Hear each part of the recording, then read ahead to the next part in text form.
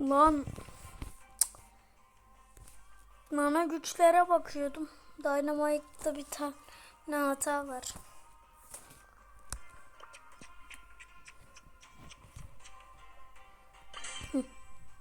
Şu. Bak bunun ultisinin alanı geniş diyor ya. Şöyle mesela.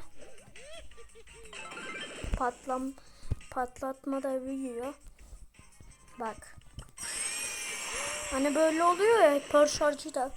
O bombalar niye o kadar büyük? Dynamite onu atabiliyorsa istediği zaman da atabilir o zaman.